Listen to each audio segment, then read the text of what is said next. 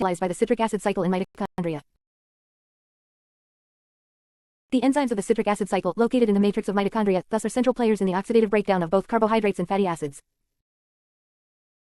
The oxidation of acetyl-CoA to CO2 is coupled to the reduction of NAD+ and fat to NADH and FADH2, respectively. Most of the energy derived from oxidative metabolism is then produced by the process of oxidative phosphorylation, which takes place in the inner mitochondrial membrane. The high-energy electrons from NADH and FADH2 are transferred through a series of carriers in the membrane to molecular oxygen. The electron transfer reactions is converted to potential energy stored in a proton gradient across the membrane, which is then used to drive ATP synthesis. The inner mitochondrial membrane thus represents the principal site of ATP generation, and this critical role is reflected in its structure. First, its surface area is substantially increased by its folding into cristae. In addition, the mitochondrial membrane contains an unusually high percentage, greater than 70%, of proteins, which are involved in oxidative phosphorylation as well as in the transport of metabolites, e.g., pyruvate and fatty acids between the cytosol and mitochondria. Otherwise, the inner membrane is impermeable to most ions and small molecules, a property critical to maintaining the proton gradient that drives oxidative phosphorylation. In contrast to the inner membrane, the outer mitochondrial membrane is freely permeable to small molecules. This is because it contains proteins called porins, which form channels that allow the free diffusion of molecules smaller than about 6,000 daltons. The composition of the intermembrane space is therefore similar to the cytosol with respect to ions and small molecules. Consequently, the inner mitochondrial membrane is the functional barrier to the passage of small molecules between the cytosol and the matrix and maintains the proton gradient that drives oxidative phosphorylation. The genetic system of mitochondria. Mitochondria attain their own genetic system, which is separate and distinct from the nuclear genome of the cell. Mitochondria are thought to have evolved from bacteria that develop a symbiotic relationship in which they live within larger cells, endosymbiosis. This hypothesis has recently been substantiated by the results of DNA sequence analysis, which revealed striking similarities between the genomes of mitochondria and of the bacterium Rickettsia proazaceae. Rickettsia are intracellular parasites which, like mitochondria, are only able to reproduce within eukaryotic cells. Similar symbiotic lifestyles, the genomic DNA sequences of Rickettsia and mitochondria suggest that they share a common ancestor, from which the genetic system of present-day mitochondria evolved. Mitochondrial genomes are usually circular DNA molecules, like those of bacteria, which are present in multiple copies per organelle. They vary considerably in size between different species.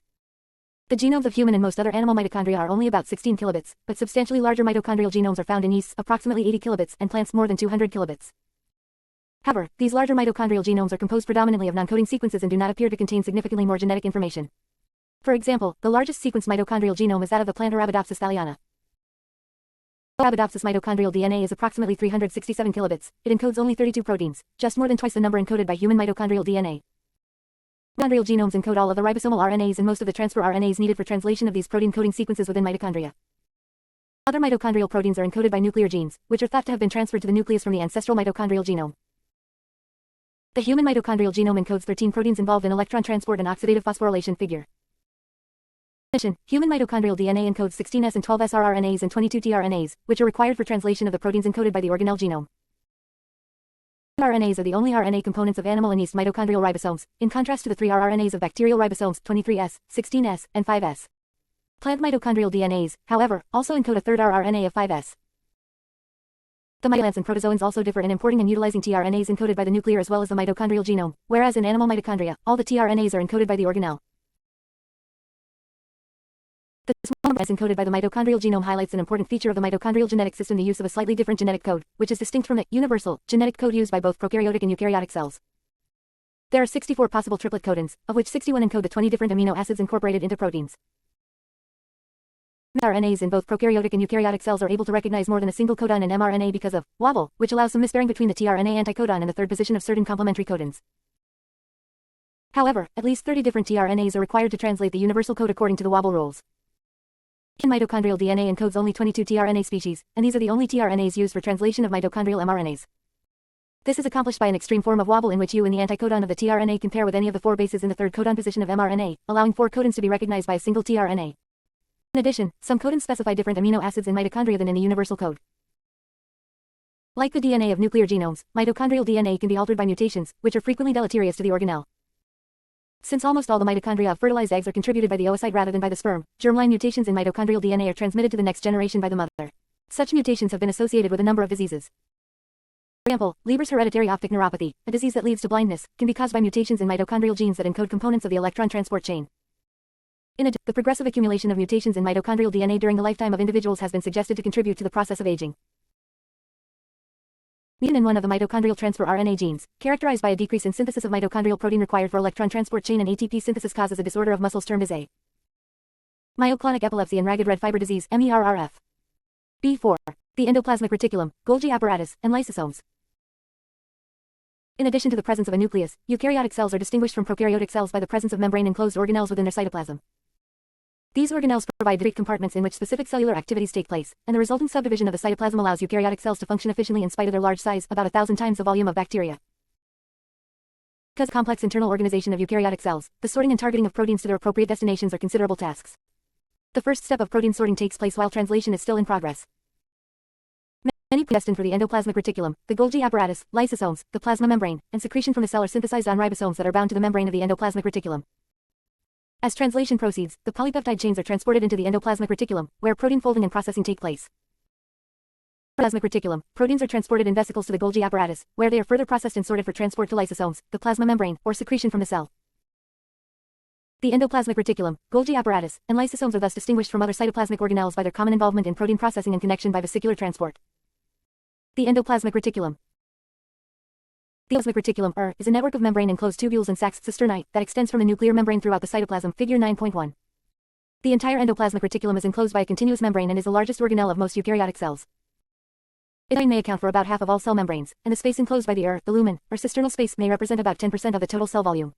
As discussed below, there are two distinct types of that perform different functions within the cell. The rough which is covered by ribosomes on its outer surface, functions in protein processing. The smoother is not associated with ribosomes and is involved in lipid, rather than protein, metabolism. The endoplasmic reticulum and protein secretion. The role of the endoplasmic reticulum in protein processing and sorting was first demonstrated by George Valade and his colleagues in the 1960s. Figure. These investigators studied the fate of newly synthesized proteins in specialized cells of the pancreas, pancreatic acinar cells that secrete digestive enzymes into the small intestine. Because most proteins synthesized by these cells are secreted, Valade and coworkers were able to study the pathway taken by secreted proteins simply by labeling newly synthesized proteins with radioactive amino acids. The load of the radiolabeled proteins within the cell was then determined by autoradiography, revealing the cellular sites involved in the events leading to protein secretion. Brief exposure of pancreatic acinar cells to radioactive amino acids, newly synthesized proteins were detected in the rough which was therefore identified as the site of synthesis of proteins destined for secretion. A cell incubated for a short time in media containing non-radioactive amino acids, a process known as a chase. The radiolabeled proteins were detected in the Golgi apparatus. Following long chase periods, the radiolabeled proteins traveled from the Golgi apparatus to the cell surface in secretory vesicles, which then fused with the plasma membrane to release their contents outside of the cell. These experiments defined a pathway taken by secreted proteins, the secretory pathway, rough Golgi. Secretory vesicles. Cell exterior. Further studies extended these results and demonstrated that this pathway is not restricted to proteins destined for secretion from the cell. Plasma membrane and lysosomal proteins also travel from the rough to the Golgi and then to their final destinations. Still other proteins travel through the initial steps of the secretory pathway but are then retained and function within either the or the Golgi apparatus. The entrance of proteins into the thus represents a major branch point for the traffic of proteins within eukaryotic cells. Proteins destined for secretion or incorporation into the Golgi apparatus, lysosomes, or plasma membrane are initially targeted to the In mammalian cells, most proteins are transferred into the while they are being translated on membrane-bound ribosomes. Figure. In contrast, proteins destined to remain in the cytosol are to be incorporated into the nucleus, mitochondria, chloroplasts, or peroxisomes are synthesized on free ribosomes and released into the cytosol when their translation is complete. Targeting proteins to the endoplasmic reticulum. Proteins can be translated into the either during their synthesis on membrane-bound ribosomes, co-translational translocation, or after their translation has been completed on free ribosomes in the cytosol, post-translational translocation. In mammalian cells, most proteins enter the co-translationally, whereas both co-translational and post-translational pathways are used in yeast. The first step in the co-translational pathway is the association of ribosomes with the Ribosomes are targeted for binding to the membrane by the amino acid sequence of the polypeptide chain being synthesized, rather than by intrinsic properties of the ribosome itself. Free and membrane-bound ribosomes are functionally indistinguishable, and all protein synthesis initiates on ribosomes that are free in the cytosol. Engaged in the synthesis of proteins that are destined for secretion are then targeted to the endoplasmic reticulum by a signal sequence at the amino terminus of the growing polypeptide chain. These signal sequences are short stretches of hydrophobic amino acids that are cleaved from the polypeptide chain during its transfer into the lumen. David Bettini and Gunter Blobel first proposed in 1971 that the signal for ribosome attachment to the was an amino acid sequence near the amino terminus of the growing polypeptide chain. This hypothesis was supported by the results of in vitro translation of mRNAs encoding secreted proteins, such as immunoglobulins. mRNA encoding a secreted protein was translated on free ribosomes in vitro. It was found that the protein produced was slightly larger than the normal secreted protein. Microsomes were added to the system, however, the in vitro translated protein was incorporated into the microsomes and cleaved to the correct size. Experiments led to a more detailed formulation of the signal hypothesis, which proposed that an aminoterminal leader sequence targets the polypeptide chain to the microsomes and is then cleaved by a microsomal protease. Many subsequents have substantiated this model, including recombinant DNA experiments demonstrating that addition of a signal sequence to a normally non-secreted protein is sufficient to direct the incorporation of the recombinant protein into the rough The mechanism by which secretory proteins are targeted to the ER during their translation, the co-translational pathway, is now well understood. The 6 sequences span about 20 amino acids, including a stretch of hydrophobic residues, usually at the amino terminus of the polypeptide chain figure. From the ribosome, signal sequences are recognized and bound by a signal recognition particle, SERP, consisting of 6 polypeptides and a small cytoplasmic RNA, 7-SLRNA. SERP binds ribosome as well as the signal sequence, inhibiting further translation and targeting the entire complex, the SERP, ribosome, and growing polypeptide chain, to the rough by binding to the SERP receptor on the ER membrane figure. Binding to the receptor releases the SERP from both the ribosome and the signal sequence of the growing polypeptide chain. The ribosome then binds to a protein translocation complex in the ER membrane, and the signal sequence is inserted into a membrane channel. In both yeast and mammalian cells, the translocation channels through the ER membrane are complexes of 3 transmembrane proteins, called the Sec61 proteins. The process of protein synthesis directly drives the transfer of growing polypeptide chains through the Sec61 channel and into the ER. As translocation proceeds, the signal sequence is cleaved by signal peptidase and the polypeptide is released into the lumen of the ER. Insertion of proteins into the ER membrane. Destined for secretion or residence within the lumen of the ER, Golgi apparatus, or lysosomes are translocated across the ER membrane and released into the lumen of the ER as already described. However, proteins destined for incorporation into the plasma membrane or the membranes of the ER, Golgi, or lysosomes are initially inserted into the ER membrane instead of being released into the lumen. In the ER membrane, they proceed to their final destination along the same pathway as that of secretory proteins, ER. Golgi. Plasma membrane ER. Lysosomes. These proteins are transported along this pathway as membrane components, however, rather than as soluble proteins. Integral membrane proteins are embedded in the membrane by hydrophobic regions that span the phospholipid bilayer. The spanning portions of these proteins are usually ahelical regions consisting of 20 to 25 hydrophobic amino acids. The formation of an alpha helix maximizes hydrogen bonding between the peptide bonds, and the hydrophobic amino acid side chains interact with the fatty acid tails of the phospholipids. However, different integral membrane proteins differ in how they are inserted. For example, whereas some integral membrane proteins span the membrane only once, others have multiple membranospanning regions. In addition, some proteins are oriented in the membrane with their amino terminus on the cytosolic side, others have their carboxy terminus exposed to the cytosol. These mutations of proteins inserted into the ER, Golgi, lysosomal, and plasma membranes are established as the growing polypeptide chains are translocated into the ER. The lumen is logically equivalent to the exterior of the cell, so the domains of plasma membrane proteins that are exposed on the cell surface correspond to the regions of polypeptide chains that are translocated into the ER. The most straightforward mode of insertion into the ER membrane results in the synthesis of transmembrane proteins oriented with their carboxy termini exposed to the cytosol figure. These proteins have a normal amino-terminal signal sequence, which is cleaved by signal peptidase during translocation of the polypeptide chain across the ER membrane through the Sec61 channel. They are then anchored in the membrane by a second membrane spanning a helix in the middle of the protein. This transmembrane sequence, called a stop transfer sequence, signals closure of the Sec61 channel. Further translocation of the polypeptide chain across the ER membrane is thus blocked, so the carboxy terminal portion of the growing polypeptide chain is synthesized in the cytosol. The transmembrane domain then exits the translocation channel laterally to enter the lipid bilayer. The insertion of proteins in the membrane thus involves the sequential action of 2 distinct elements, a cleavable amino terminal signal sequence that initiates translocation across the membrane and a transmembrane stop transfer sequence that anchors the protein in the membrane. Proteins can also be anchored in the ER membrane by internal signal sequences that are not cleaved by signal peptidase. Proteins that span the membrane multiple times are thought to be inserted as a result of an alternating series of internal signal sequences and transmembrane stop transfer sequences. Protein folding and processing in the ER.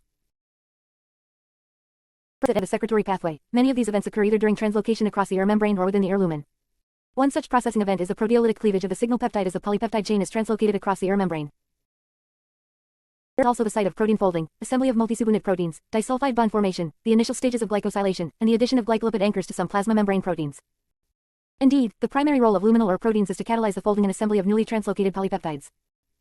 As already discussed, proteins are translocated across the ER membrane as unfolded polypeptide chains while their translation is still in progress.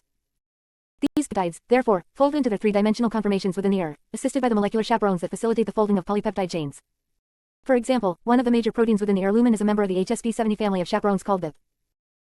BIP is thought to bind to the unfolded polypeptide chain as it crosses the membrane and then mediates protein folding and the assembly of multisubunit proteins within the ER figure. Correctly assembled proteins are released from BIP and are available for transport to the Golgi apparatus. Ablated or improperly assembled proteins, however, remain bound to BIP and are consequently retained within the ER or degraded, rather than being transported farther along the secretory pathway. The formation of disulfide bonds between the side chains of cysteine residues is an important aspect of protein folding and assembly within the ER. Disulfide bond formation is facilitated by the enzyme protein disulfide isomerase, which is located in the ER lumen.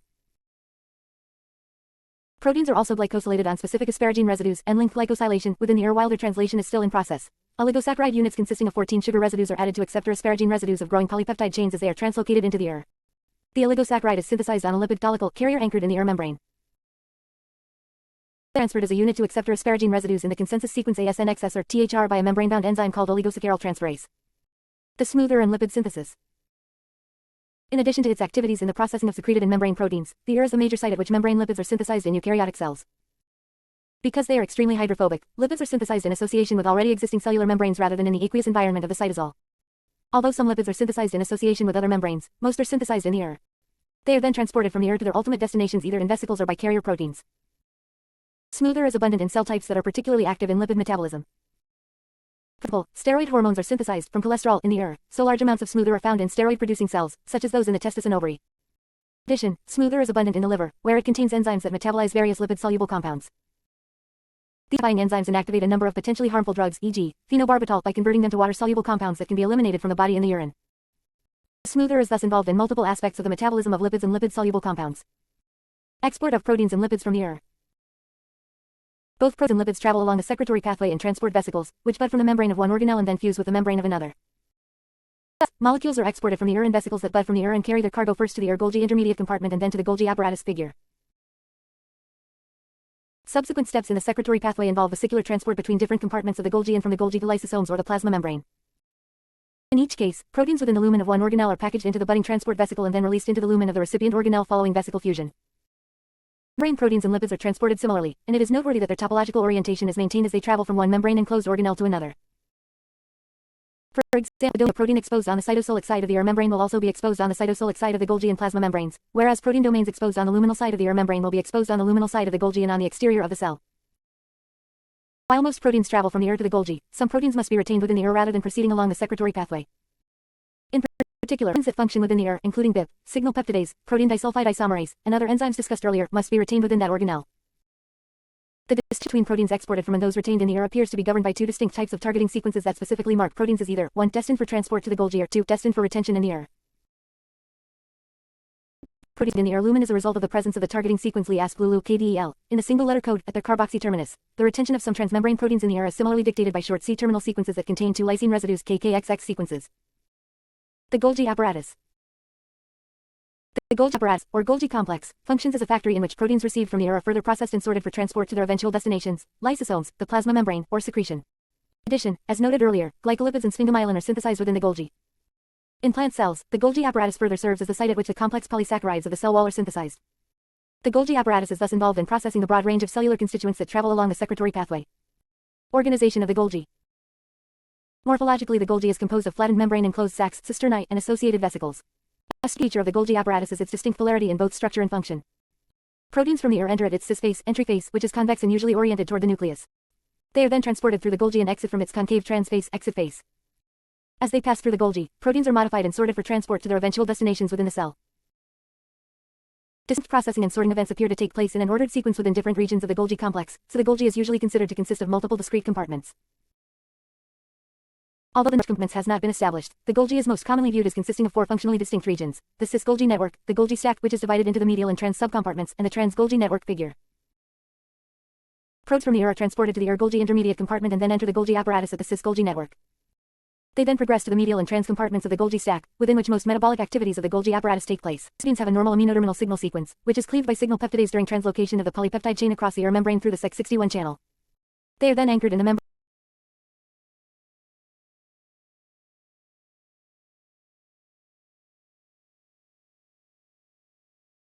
For example, a protein exposed on the cytosolic side of the ear membrane will also be exposed on the cytosolic side of the Golgi and plasma membranes, whereas protein domains exposed on the luminal side of the ear membrane will be exposed on the luminal side of the Golgi and on the exterior of the cell.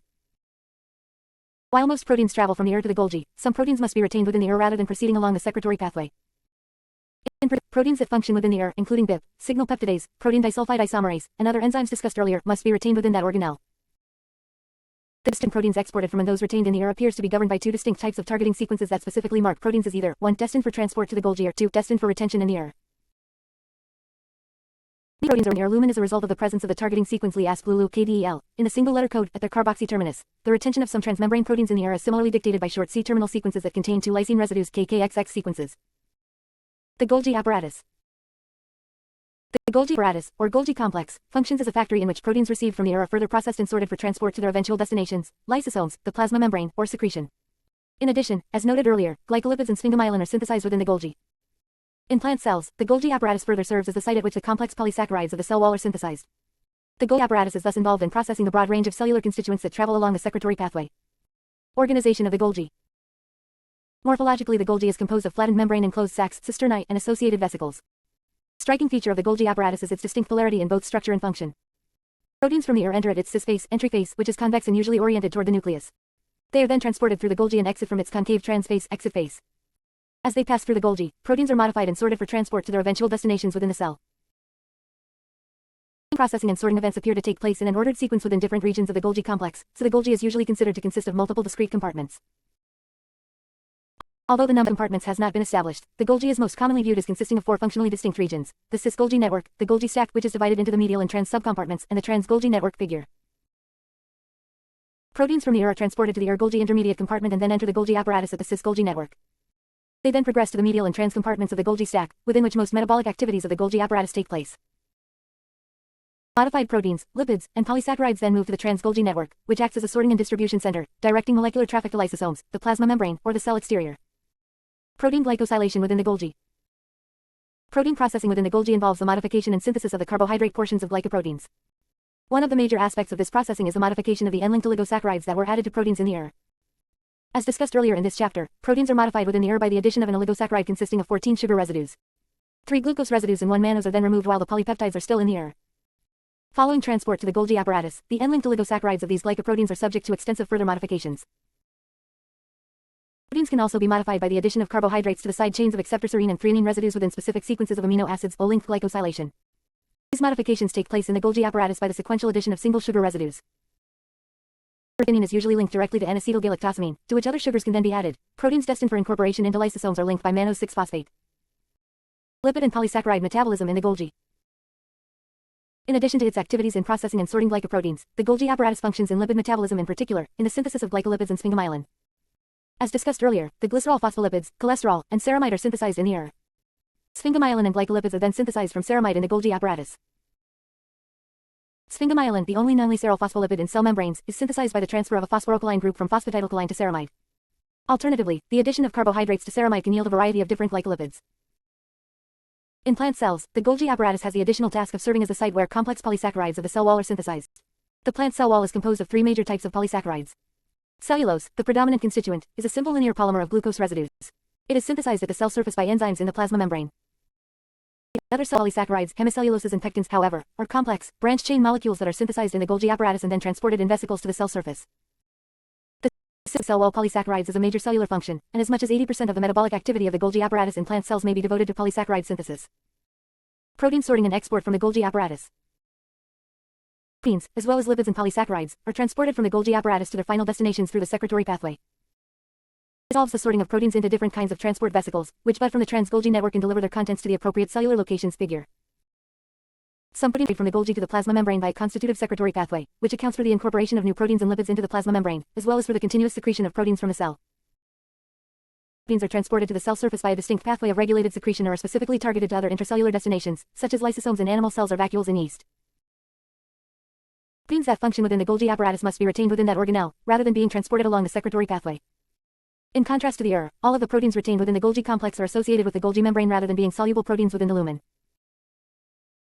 Responsible for retention of some proteins within the Golgi have been localized to their transmembrane domains, which retain proteins within the Golgi apparatus by preventing them from being packaged in the transport vesicles that leave the trans-Golgi network. Like the KKXX sequences of resident membrane proteins, signals in the cytoplasmic tails of some Golgi proteins mediate the retrieval of these proteins from subsequent compartments along the secretory pathway. The constitutive secretory pathway, which operates in all cells, leads to continual and regulated protein secretion. However, cells also possess a distinct regulated secretory pathway in which specific proteins are secreted in response to environmental signals. Regulated secretion include the release of hormones from endocrine cells, the release of neurotransmitters from neurons, and the release of digestive enzymes from the pancreatic acinar cells. Proteins are sorted into the regulated secretory pathway in the trans-Golgi network, where they are packaged into specialized secretory vesicles. Secretory vesicles, which are larger than other transport vesicles, store their contents until specific signals direct their fusion with the plasma membrane. These secretory vesicles, which are larger than other transport vesicles, store their contents until specific signals direct their fusion with the plasma membrane. For example, the digestive enzymes produced by pancreatic acinar cells are stored in secretory vesicles until the presence of food in the stomach and small intestine triggers their secretion.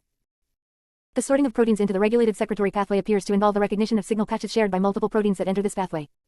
These proteins selectively aggregate in the trans-Golgi network and are then released by budding as secretory vesicles. Best characterized pathway of protein sorting in the Golgi is the selective transport of proteins to lysosomes. As discussed, luminal lysosomal proteins are marked by mannose 6-phosphates that are formed by modification of their N-linked oligosaccharides shortly after entry into the Golgi apparatus. A specific receptor in the membrane of the trans-Golgi network then recognizes these mannose 6-phosphate residues. The resulting complexes of receptor plus lysosomal enzyme are packaged into transport vesicles destined for lysosomes. Lysosomal membrane proteins are targeted by sequences in their cytoplasmic tails, rather than by mannose 6-phosphates. Lysosomes. Lysosome membrane-enclosed organelles that contain an array of enzymes capable of breaking down all types of biological polymers, proteins, nucleic acids, carbohydrates, and lipids. Lysosomes function as the digestive system of the cell, serving both to degrade material taken up from outside the cell and to digest obsolete components of the cell itself. Lysosomes are visualized as dense spherical vacuoles, but they can display considerable variation in size and shape as a result of differences in the materials that have been taken up for digestion. Lysosomes thus represent morphologically diverse organelles defined by the common function of degrading intracellular material. Lysosomes contain about 50 different degradative enzymes that can hydrolyze proteins, DNA, RNA, polysaccharides, and lipids. Mutations in and encode these enzymes are responsible for more than 30 different human genetic diseases, which are called lysosomal storage diseases because undegraded material accumulates within the lysosomes of affected individuals. Most of these diseases result from deficiencies in single lysosomal enzymes. Example, Gaucher's disease, the most common of these disorders, results from a mutation in the gene that encodes a lysosomal enzyme required for the breakdown of glycolipids. An exception is Isel disease, which is caused by a deficiency in the enzyme that catalyzes the first step in the tagging of lysosomal enzymes with mannose 6-phosphate in the Golgi apparatus. The result is a general failure of lysosomal enzymes to be incorporated into lysosomes. Lysosomal enzymes are acid hydrolases, which are active at the acidic pH, about 5, that is maintained within lysosomes but not at the neutral pH, about 7.2, characteristic of the rest of the cytoplasm figure. The required lysosomal hydrolases for acidic pH provides double protection against uncontrolled digestion of the contents of the cytosol. Even if the lysosomal membrane were to break down, the released acid hydrolases would be inactive at the neutral pH of the cytosol. To maintain their acidic internal pH, lysosomes must actively concentrate H+ ions protons. This is accomplished by a proton pump in the lysosomal membrane, which actively transports protons into the lysosome from the cytosol. It requires expenditure of energy in the form of ATP hydrolysis, since it maintains approximately 100-fold higher H+ concentration inside the lysosome. Endocytosis and lysosome formation. One of the major functions of lysosomes is the digestion of material taken up from outside the cell by endocytosis. However, the role of lysosomes in the digestion of material taken up by endocytosis relates not only to the function of lysosomes but also to their formation. In particular, lysosomes are formed by the fusion of transport vesicles budded from the trans-Golgi network with endosomes, which contain molecules taken up by endocytosis at the plasma membrane. The formation of lysosomes thus represents an intersection between the secretory pathway, through which lysosomal proteins are processed, and the endocytic pathway, through which extracellular molecules are taken up at the cell surface figure. Material from outside the cell is taken up in clathrin-coated endocytic vesicles, which bud from the plasma membrane and then fuse with early endosomes. Membrane components are then recycled to the plasma membrane and the early endosomes gradually mature into late endosomes, which are the precursors to lysosomes. Changes during endosome maturation is the lowering of the internal pH to about 5.5, which plays a key role in the delivery of lysosomal acid hydrolases from the trans-Golgi network. Earlier, acid hydrolases are targeted to lysosomes by mannose 6-phosphate residues, which are recognized by mannose 6-phosphate receptors in the trans-Golgi network and packaged into clathrin-coated vesicles. Following removal of clathrin coat, these transport vesicles fuse with late endosomes, and the acidic internal pH causes the hydrolases to dissociate from the mannose 6-phosphate receptor. The hydrolases are thus released into the lumen of the endosome, while the receptors remain in the membrane and are eventually recycled to the Golgi. Endosomes then mature into lysosomes as they acquire a full complement of acid hydrolases, which digest the molecules originally taken up by endocytosis. Phagocytosis and autophagy. In addition to degrading molecules taken up by endocytosis, lysosomes digest material derived from two other routes, phagocytosis and autophagy figure. Phagocytosis, specialized cells, such as macrophages, take up and degrade large particles, including bacteria, cell debris, and aged cells that need to be eliminated from the body. Such large particles are taken up in phagocytic vacuoles, phagosomes, which then fuse with lysosomes, resulting in digestion of their contents. Lysosomes formed in this way, phagolysosomes, can be quite large and heterogeneous, since their size and shape is determined by the content of material that is being digested. Lysosomes are also responsible for autophagy, the gradual turnover of the cell's own components.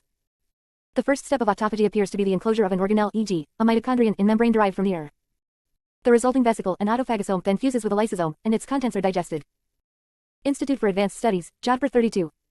B5. Peroxisomes. Peroxisomes are ubiquitous organelles in eukaryotes that participate in the metabolism of fatty acids and other metabolites. Peroxisomes have enzymes that rid the cell of toxic peroxides. A lipid bilayer membrane that separates their contents from the cytosol, the internal fluid of the cell, and contain membrane proteins critical for various functions, such as importing proteins into the organelles and aiding in proliferation. Like lysosomes, peroxisomes are part of the secretory pathway of a cell, but they are much more dynamic and can replicate by enlarging and then dividing. Peroxisomes were identified as cellular organelles by the Belgian cytologist Christian de Duve in 1967 after they had been first described in a Swedish PhD thesis a decade earlier. Occurrence and evolution. Peroxisomes are found in virtually all eukaryotic cells. Peroxisomes contain enzymes for certain oxidative reactions, like the beta oxidation of very long-chain fatty acids. Prokaryotes lack peroxisomes. The Enzymatic content of peroxisomes varies across species, but the presence of certain proteins common to many species has been used to suggest an endosymbiotic origin. That is, peroxisomes evolved from bacteria that invaded larger cells as parasites, and very gradually evolved a symbiotic relationship. However, this view has been challenged by recent discoveries. For example, Peroxisomellus mutans can restore peroxisomes upon introduction of the wild-type gene, and peroxisomes have been observed to be formed from the endoplasmic reticulum. An evolutionist peroxisomal proteome found homologies between the peroxisomal import machinery and the ERAD pathway in the endoplasmic reticulum, along with a number of metabolic enzymes that were likely recruited from the mitochondria. 6. This indicate that the peroxisome does not have an endosymbiotic origin. Instead, it likely originates from the ER, and its proteins were recruited from pools existing within the primitive eukaryote, as quoted in the science textbook Biozone. Function: peroxisomes contain oxidative enzymes, such as catalase, D-amino acid oxidase, and uric acid oxidase. Certain enzymes in the peroxisome, by using molecular oxygen, remove hydrogen atoms from specific organic substrates, labeled as R, in an oxidative reaction, producing hydrogen peroxide, H2O2, itself toxic. RH2 plus O2 R plus H2O2. Catalase, another peroxisome, in turn uses this H2O2 to oxidize other substrates, including phenols, formic acid, formaldehyde, and alcohol, by means of the peroxidation reaction, H2O2 plus RH2R plus 2H2O, thus eliminating the poisonous hydrogen peroxide in the process. This reaction is important in liver and kidney cells, where the peroxisomes detoxify various toxic substances that enter the blood. About 25% of the ethanol we drink is oxidized to acetaldehyde in this way. In addition, when excess H2O2 accumulates in the cell, catalase converts it to H2O through this reaction. 2H2O plus O2. A major function of the peroxisome is the breakdown of fatty acid molecules, in a process called beta oxidation. In this process, the fatty acids are broken down 2 carbons at a time, converted to acetyl-CoA, which is then transported back to the cytosol for further use. In animal cells, beta oxidation can also occur in the mitochondria. In yeast and plant cells, this process is exclusive for the peroxisome. The first reactions in the formation of plasmalogen in animal cells also occurs in peroxisomes. Plasmalogen is the most abundant phospholipid in myelin. Deficiency of plasmalogens causes profound abnormalities in the myelination of nerve cells, which is one of the reasons that many peroxisomal disorders lead to neurological disease. Peroxisomes also play a role in the production of bile acids and proteins. In higher peroxisomes contain also a complex battery of antioxidative enzymes such as superoxide dismutase, the components of the ascorbate glutathione cycle, and the NADP dehydrogenases of the pentose phosphate pathway. It has been demonstrated the generation of superoxide O2 and nitric oxide NO radicals. They are also involved in photorespiration. In plants, special type of peroxisomes termed as glyoxysome carry out glyoxylate cycle in which lipids stored in seed are converted to carbohydrates and thus provide source of nutrition for developing embryo.